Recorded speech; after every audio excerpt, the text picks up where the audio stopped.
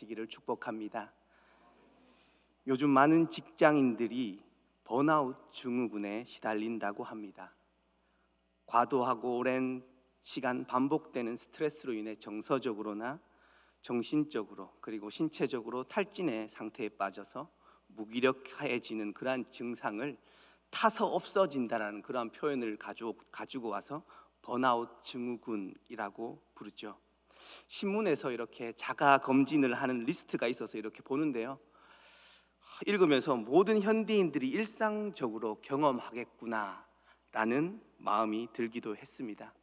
최근에 서점가에서 이렇게 베스트셀러를 이렇게 전시해 놓은 이런 책들을 보면요, 거의 대부분이 자기 개발과 관련된 책들임을 우리는 쉽게 확인해 볼 수 있습니다. 어느 시대보다 자신을 개발하기 위해서 힘쓰며 살아가는 시대입니다. 어느 철학자의 말처럼 현 시대는 과도한 피로를 느끼고 있는 사회가 아닌가라는 생각을 해보며 자신마저도 착취하는 그러한 시대 속에서 살아가고 있는 것은 아닌지 돌아보게 됩니다. 다른 각도에서 본다면 언젠가 자신이 도태될지도 모른다라는 그 불안감 속에서 자신을 끊임없이 채찍질하며 살아가는 인생들이 얼마나 많은가라는 것을 생각해 보게 되는 것이죠. 진정한 안식, 그 안식을 잃어가는 세대가 아닌지 진단해 보게 됩니다. 오늘은 하나님 안에서 참된 안식을 누리는 삶에 대해서 함께 묵상해 보고자 합니다. 오늘 말씀은 하나님이 세상을 창조하시고 일곱째 날 안식하셨다라는 말씀을 우리에게 기록해 주고 있습니다. 하나님의 관점에서 볼 때는 6일 동안 일하시고 7일째 쉬셨다라는 것으로 우리에게는 읽혀지죠. 그런데 하나님이 인간에게 허락하신 시간의 순서 속에서 본다면 인간의 창조 후 처음으로 경험한 것은 하나님이 주시는 안식이었습니다. 아담과 하와는 먼저 하나님 안에서 안식을 경험하고 그 다음부터 일상을 시작했다라는 이야기죠. 일보다는 안식이 우선이었음을 깨닫게 합니다. 하나님은 인간을 부려먹기 위해서 창조하신 분이 아닙니다. 그러나 죄로 인해 타락한 인간은 서로를 수단으로 대하는 삶을 살기 시작했죠. 서로가 서로에게 인격적인 존재로 대하기보다는 이용의 대상으로 서로를 여겼다라는 의미입니다. 하나님의 창조 질서와는 다른 결의 삶을 살기 시작했던 것이죠. 결국 죄의 지배를 받는 삶이 시작되었다라는 것은 하나님으로부터 출발되었던 그 창조의 질서를 역행하는 땅의 방식, 그 땅의 방식이 우리의 삶을 지배하기 시작했다라는 의미로 해석해 볼 수 있습니다. 아담이 에덴에서 쫓겨날 때 하나님은 땅에서 가시덤불과 엉겅퀴를 낼 것이며 평생 수고하여야 그 소산을 먹을 것이다 라고 말씀하셨죠. 진정한 안식이 깨어진 삶의 현장이 우리에게 주어졌음을 말해주고 있습니다. 하나님과의 관계가 깨어진 인간이 겪게 된 비극이죠. 창조의 근원 되시는 하나님으로부터 분리된 인간이 경험해야 했던 근원적인 그 불안을 인간은 앓기 시작한 것입니다. 우리의 삶의 모든 두려움과 불안은 참된 안식을 경험하지 못하는 인간의 그 실존에서부터 시작됩니다. 현대인들이 앓고 있는 만성피로, 그 근원을 다시 한번 생각해 보게 되죠. 무언가를 하지 않으면 견디지 못하는 강박적 불안 증세가 우리 안에는 존재합니다. 인정받아야 하고 성공해야 한다라는 그 집착에 사로잡혀 우리의 일상을 살아가고 있지 않냐라는 이야기입니다. 막연한 불안으로 불면의 밤을 보내는 사람들이 늘어나는 시대입니다. 사회는 발전하였고 편리해졌지만 치열한 경쟁 사회에서 쉼은 태보로 여겨지고 쉼을 죄악시하거나 게으름으로 표현하기도 합니다. 많은 삶의 영역에서 방향을 제대로 설정하지 않은 채 어디론가 막연히 마구 달려가고 있는 그러한 성급함과 조급함이 이 시대를 통해 느껴지기도 하죠. 이러한 맥락에서 참된 안식은 우리가 나아가야 할 방향성, 그 방향성을 제대로 설정하는 시간이 될 것입니다. 하나님께서는 이스라엘 백성들을 애굽에서 이끌어내셔서 광야의 삶을 시작하게 하셨죠. 그 과정을 통해 하나님 안에서의 삶, 하나님의 질서를 알려주셨습니다. 하나님은 이스라엘 백성과 언약을 맺으시며 십계명을 통해 구체화된 하나님의 뜻을 보여주셨습니다. 그 십계명 중 네 번째 계명이 안식일을 거룩하게 지키라라는 말씀이죠. 하나님께서는 안식에 대한 계명을 중요하게 여기고 계심을 우리는 성경 곳곳에서 만나게 됩니다. 먼저 민수기 15장을 읽다 보면요, 안식일에 나무를 하다가 발견된 사람을 어떻게 처리하는지가 나타나고 있습니다. 하나님께서는 모세를 통해서 그 안식일에 일했던 나무에 있던 사람을 돌로 치라고 명령하셨습니다. 하나님께서는 모세를 통해 출애굽한 백성들에게 강력하게 안식일의 규정을 지키도록 하셨던 것이죠. 하나님은 왜 이렇게 강력하게 안식일을 지키도록 조치하셨는지 질문해 보게 되죠. 그 이유는 분명합니다.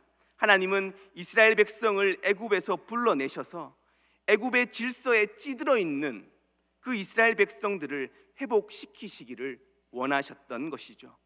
다수의 학자들이 애굽에서 살던 그 노예 근성을 회복하는 길이었다라고 해석합니다. 주인에게 잘 보이기 위해서 죽기 살기로 일해야 했던 노예로서의 삶에서부터 진정한 자유민으로 하나님께서는 이스라엘 백성들을 부르시고 이끌어 내셨던 것이죠. 안식을 지킨다는 것은 그들에게 뿌리 깊게 심겨져 있던 그 의식을 바꾸는 일이었습니다. 새로운 삶으로의 전환이죠. 월터 브루그만이라는 학자는 그래서 안식일을 저항이다라고 표현했습니다. 제국주의적인 그 질서에 대한 저항이었던 것이죠. 우리에게도 동일하게 적용될 것입니다. 물질 만능주의적인 이 시대 속에서 끊임없이 소비하기 위해서 끊임없이 일하는 현실을 만나게 되죠. 우스갯소리지만 직장인들이 월급을 하이패스라고 표현합니다. 들어오는 대로 띵동 하고 나가잖아요. 그죠? 세금으로 나가고, 공값으로 나가고, 카드값으로 나가고. 이러한 모습을 빗대어, 이러한 현실을 빗대어 그렇게 표현하는 것이죠.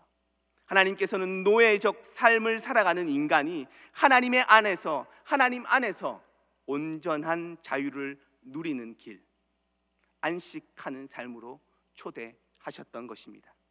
만약 안식할 줄 모른다면 눈앞에 보이는 것을 계속해서 쫓는 그러한 노예적인 삶을 계속 살아갈 수밖에 없게 된다라는 이야기이기도 합니다. 다른 관점에서 안식이 없는 삶은 자신의 힘으로 자신의 삶을 살아가려는 것과 동일하다라고 볼 수 있겠죠. 자신의 인생을 자신 스스로 책임져야 하는 그 인생, 끊임없이 자기 인생을 책임지며 살아가려는 그러한 시도는 자신의 삶을 더욱더 소진시키는 방향으로 끊임없이 내몰아 간다라는 이야기입니다. 그렇기에 하나님은 안식에 참여한다는 것, 하나님의 안식에 참여한다는 것은 우리가 쉬더라도, 우리가 좀 쉬어가더라도 우리의 삶이 무너지지 않는다는 것, 하나님에 대한 신뢰와 연결되는 것이죠. 나의 삶이 나로부터가 아니라 하나님으로부터 주어져 있다라는 것을 인정하는 일이기 때문입니다. 히브리서 기자는 그래서 히브리서 4장에서 하나님의 백성이 안식에 참여하는 것을 구원에 대한 의미로 확장해서 해석하고 있습니다. 안식이 곧 구원을 맛보는 일이다라는 것이죠. 그러나 이스라엘 백성들은 광야의 삶 속에서도 애굽의 삶을 완전히 떨쳐내지 못했습니다. 광야의 생활 속에서 하나님께서 만나와 메추라기를 허락하셨을 때 그때 이스라엘 백성들의 모습을 기억하시죠. 하루치만 거두어 드려야 했음에도 불구하고 그러지 아니하고 자신이 거두어 드릴 수 있는 최대한의 것을 거두어 드렸던 이스라엘 백성들의 모습이었습니다. 애굽에서의 삶을 광야에서도 여전히 살아가려고 했던 모습이었던 것이죠. 내일이 어떻게 될지 알 수 없는 그 불안을 애굽에서 살아왔던 그 방식으로 해소하려고 했던 것입니다. 저장하고 축적하는 방식으로 말이죠. 그러나 그때 하나님은 하루치 먹을 것을 제외하고는 모조리 버리게 하셨습니다. 내일에 대한 불안 속에서도, 한치 앞을 알 수 없는 그러한 현실 속에서도 하나님을 더욱더 신뢰하라는 그러한 요청이셨습니다. 그날 먹을 것을 허락하시는 하나님의 섭리를 믿으며 살도록 이스라엘 백성들을 양육하셨던 것이죠. 안식일을 지키는 삶은 구원하시는 하나님에 대한 믿음이 기반된다라는 이야기입니다. 간혹 안식한다라는 의미가 일하지 않는 것이다라고 오해하는 분들이 계십니다. 에덴에서 쫓겨난 인간은 일평생 일하며 살아야 하는 존재가 되었습니다. 하나님은 일상 속에서 하나님의 임재와 성숙을 경험하기를 원하십니다. 다시 말해서 일과 쉼의 균형이 중요하다라는 이야기이죠. 일과 쉼은 모두 하나님의 선물입니다. 일을 열심히 하시던 분들은요, 한 1주, 2주 쉬어 보시면 알겠지만 쉬는 것도 너무 지겹고 힘듭니다. 쉼이 없는 일도 하나님의 질서가 아니지만 일 없는 쉼도 하나님의 질서가 아님을 기억하실 수 있으시기 바랍니다. 그럼에도 일은 수단이지 목적이 아닙니다. 일을 목적으로 하는 사람들을 우리는 간혹 만나게 됩니다. 일의 특성은요, 눈에 보이는 가시성이 있습니다. 가시적인 측면이 있기 때문에 그래서 성과를 내고 싶은 법이죠. 그래서 그 성과를 내려고 끊임없이 노력하게 되고 그 성과는 자연스럽게 소유와 성취로 연결되게 됩니다.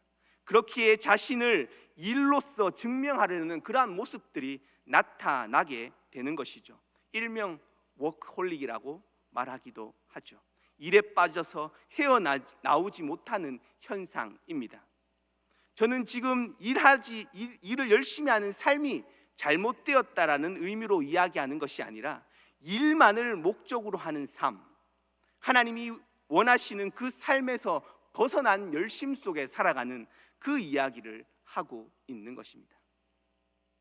출애굽의 과정을 보시면 모세가 바로를 찾아가서 이스라엘 백성이 하나님께 예배하기 위해서 우리 이스라엘 백성들을 조금 나가게 해달라라고 이렇게 요청합니다. 그때 바로가 출애굽기 5장 4절에서 이렇게 이야기합니다. 애굽 왕이 그들에게 이르되 모세와 아론아 너희가 어찌하여 백성의 노역을 쉬게 하려느냐 가서 너희의 노역이나 하라. 쉼이 없는 그 애굽의 현실을 보여주는 장면입니다. 우리는 다시 한번 확인하게 되죠. 안식을 지킨다라는 것, 그것은 애굽의 모든 것을 끊어내는 그러한 시간이었습니다. 쉼이 없이 살아가는 현실이 당연한 것이 아니라 하나님 안에서 쉼을 누리는 것이 창조의 목적이다라는 이야기입니다. 하나님의 창조의 목적을 바르게 인식하기 위해서 하나님께서는 이스라엘 백성들을 이끌어내셨고 안식일을 강력하게 지키도록 요청하셨던 것이죠. 창조 때에 그 질서를 회복하는 것, 바꾸어 말해 하나님과의 바른 관계로 들어가는 것이 바로 구원의 본질이며 안식이다라는 이야기입니다. 한 걸음 더 나아가 안식하는 삶은 새로운 삶을 살아갈 그 힘을 제공합니다. 다시 말해서 하나님의 나라를 향한 그 지향을 가지게 되는 힘을 얻게 된다라는 의미입니다. 세상의 질서를 따르는 인생이 아니라 하나님 나라의 그 질서를 따르는 인생으로의 전환이 안식을 통해 일어나게 된다라는 이야기이죠. 이러한 전환은 언제나 하나님 안에서의 안식을 통해서 일어나게 됩니다. 우리는 알게 모르게 세상의 가치 속에 짓눌려서 그렇게 살아갑니다. 교회에 나오지만 세상의 가치를 완전히 버리지 못합니다. 이는 이 땅에 발을 딛고 살아가는 모든 인간의 어쩔 수 없는 현실이며 인간의 유한함이죠. 그렇기에 하나님은 안식을 통해 이 땅의 가치로부터 우리를 해방시키시기를 원하셨던 것입니다. 아브라함 헷셀이라는 사람이 안식이라는 책에서 우리에게 명확하게 이야기합니다. 안식일은 평일을 위해 있는 것이 아니라 오히려 평일이 안식일을 위해 있는 것이다 라고 말하죠. 우리는 진정한 안식을 통해서 세상을 살아갈 새 힘을 공급받게 된다라는 이야기입니다. 우리의 삶의 중심이 안식하는 삶으로 세움으로써, 그 안식하는 삶을 우리의 삶의 중심에 세움으로써 우리가 땅에 속한 것이 아니라 하늘에 속한 하나님의 나그네 된 백성임을 인정하게 되는 것이죠. 이러한 자신의 확고한 정체성 안에서 축적하고 독점하는 방식이 아닌 나누고 섬기는 방식으로 살아가게 되는 것이죠. 이것이 하늘의 방식이고 초대교회의 성령이 임했을 때 나타났던 현상들입니다. 조금 더 다른 각도에서 보면 진정한 안식을 경험할 때 일하는 것으로 인해 고통받는 것이 아니라 그 일하는 것이 감사와 기쁨, 더 나아가 창조적인 행위로 연결되게 됩니다. 안식을 통해 하나님과의 깊은 교제를 경험할 때 우리의 일상이 새로운 차원으로 들어가게 된다라는 이야기이죠. 자신의 성취에 대한 집착에서 벗어나는 삶으로 들어가는 것이며 삶의 모든 주권을 하나님께 맡기는 삶을 살아가게 된다라는 이야기입니다. 우리의 일상을 하나님의 뜻 안에서 살아내는 그 비결은 참된 안식을 경험하는 것입니다. 우리가 정말로 하나님의 뜻 안에서 우리의 삶을 살아가는 유일한 비결은 참된 안식을 경험하며 살아가는 것입니다. 그렇다면 참된 안식은 어떻게 경험하게 될까요? 우리는 예배와 말씀 묵상과 그리고 기도를 통해 안식을 경험합니다. 무엇을 얻기 위한 목표가 따로 있는 것이 아니라 하나님 앞에서 잠잠히 머물러 하나님을 바라보며 그분의 말씀을 들으며 함께 대화하는 그 시간을 가지는 것이죠. 이러한 시간을 통해서 하나님께서 나를 이 땅에 보내신 소명을 새롭게 구체화하게 됩니다. 그리고 나에게 주어진 이 삶의 이유와 목적과 그 방향을 다시 한번 성찰하게 되는 것이죠. 갓난아이가 언제 진정한 안식, 쉼을 누릴까요? 그것은 사랑하는 엄마의 품에 안기는 순간입니다. 자신이 부모의 사랑을 받는 존재임을 인식하는 그 순간인 것이죠. 불안하고 두려운 현실이지만 엄마의 품에 안겨 엄마의 목소리를 듣는 그 순간 진정한 평안을 경험합니다. 그리스도인이 하나님의 품에 안겨서 경험하는 하나님의 평강, 샬롬이 바로 그것이죠. 한 걸음 더 나아가 개인적인 하나님의 깊은 관계, 그 관계를 넘어서 공동체를 통해서 함께 안식을 누리기도 합니다.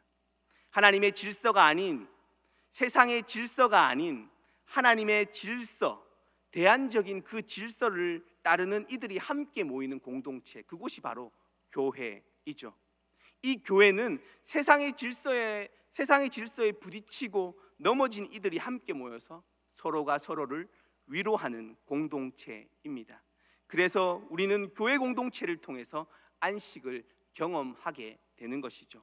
많이 들어보셨죠? 코이노니아, 교제를 통한 안식입니다. 보네포라는 신학자는 이러한 교회를 타자를 위한 공동체다라고 규정한 바 있죠. 서로가 서로를 위로하는 사람이 됨으로써 그 하나님의 안식을 서로에게 경험하게 하는 공동체라는 이야기입니다.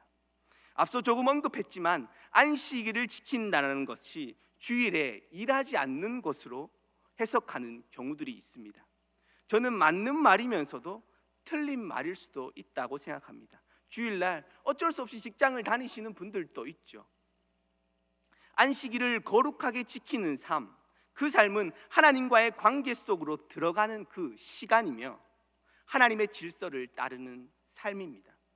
각 시대 속에서 하나님을 예배하는 방식, 그 방식은 언제나 변화되어 왔고 안식일을 지키는 방식도 조금씩 변화되어져 왔습니다. 안식한다는 본질적인 의미가 변한 것이 아니라 그 안식하는 형태가 조금씩 변했을 뿐이죠. 그런데 바리새인들과 율법주의자들은 안식일, 안식한다라는 것을 공간과 시간 속에 가두어 두려고 했습니다. 자신들만의 방식으로 그 안식일을 해석함으로써 새로운 억압과 통제의 시스템을 만들어 내었던 것이죠. 그러한 방식은 새로운 형태의 제국주의적 질서를 그 사회 속으로 가져왔던 것입니다. 변형된 형태의 억압이 작동했다라는 이야기이죠. 그 변형된 억압이 작동되는 그 유대 사회 속으로 그들의 질서를 전복시키기 위해 예수님께서는 이 땅으로 오셨습니다. 그 방식은 하나님께서 몸소 높은 자리, 군림하는 자리를 버리시는 것이며 낮은 자리, 섬김의 자리로 내려오셨던 것이죠. 그리고 안식일에 병자를 고치시고 죄인들과 함께 먹고 마시며 그들과 함께 어울리셨습니다. 그리고 억압과 착취가 작동되는 그 현실 속에서 괴로워하고 고통받는 이들을 향해서 이렇게 말씀하셨습니다. 수고하고 무거운 짐진 자들아, 다 내게로 오라. 내가 너희를 쉬게 하리라. 말씀하셨던 것이죠. 새로운 방식의 억압이 나타나고 있는 현실 속에 있는 이들을 향한 쉼, 안식을 선포하셨던 것입니다. 사랑하는 성도 여러분, 진정한 안식을 하나님 안에서 누리며 살아가고 계신지요? 아니면 이 땅의 것을 위해서 아둥바둥하는 그러한 삶을 마주하고 계시는지요? 세상의 질서와 가치에 갇혀서 헤어나오지 못하고 계시다면 오늘 말씀 속 하나님의 첫 창조의 때를 기억해 보시기를 바랍니다. 하나님은 인간에게 먼저 안식을 경험하게 함으로써 세상에서의 삶을 시작하도록 하셨습니다. 그리고 지속적으로 하나님과의 관계 속으로 부르시며 안식을 경험하게 함으로써 우리를 새롭게 계속해서 창조해 가십니다. 이러한 지속적인 창조는 세상의 질서를 조금씩 우리 안에서 벗겨내는 그러한 과정이며 우리를 하나님의 자녀다운 삶으로 빚어가시는 과정입니다. 우리는 이를 성화라고 부르지요. 결국 하나님 안에서 안식하는 삶은 성화되어가는 삶이기도 합니다. 우리는 모두 성화의 과정을 거치며 이 땅을 살아가다가 종말론적인 안식으로 들어가게 될 것입니다. 개인적인 차원에서는 죽음을 통과해서 하나님의 품에 안기는 안식을 누리는 것이고, 모든 피조물의 차원으로 확장한다면 온 우주가 새로운 창조로 들어가는 순간이 될 테죠. 계시록의 언어로 표현한다면 새 하늘과 새 땅, 새 예루살렘이 임하는 순간입니다. 궁극적인 안식으로 들어가기 전까지 하나님께서는 우리에게 끊임없이 자기 포기를 요청하십니다. 자기를 부인하는 삶입니다. 내 힘으로 쌓아 올리는 모든 시도들을 비우고 내려놓도록 요청하시는 것이죠. 높아지고자 하는 그 마음을 내려놓아야 합니다. 사람의 평판과 칭찬에 집착하는 마음을 비워내야 합니다. 사람들의 시선에 매여 있는 삶에서 벗어나야 합니다. 이러한 자기 부인은 안식의 과정을 통해서 경험될 것입니다.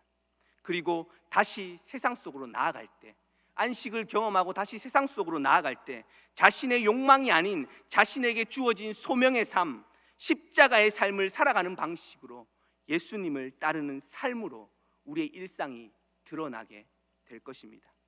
진정한 안식은 하나님 안에서, 그 하나님 안에서의 시간을 경험할 때 주어집니다.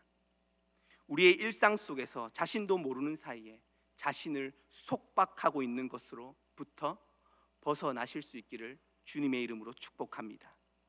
하나님 안에서의 누리는 안식을 통해서만 우리는 진정한 자유를 경험하고 새롭게 거듭나게 될 것입니다.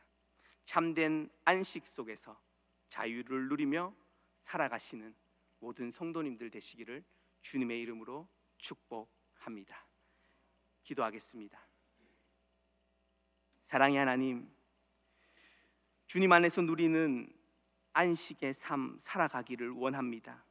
주님 안에서 안식하는 그 삶을 통해 세상의 헛된 것들을 따라가지 않게 하시고 우리 안에 이기적인 욕망을 꺾어버리게 하시고 주님이 주시는 삶의 목적과 방향을 명확하게 인식하며 참된 자유를 누리는 삶 경험하게 하옵소서. 예수님의 이름으로 기도합니다. 아멘. 이 시간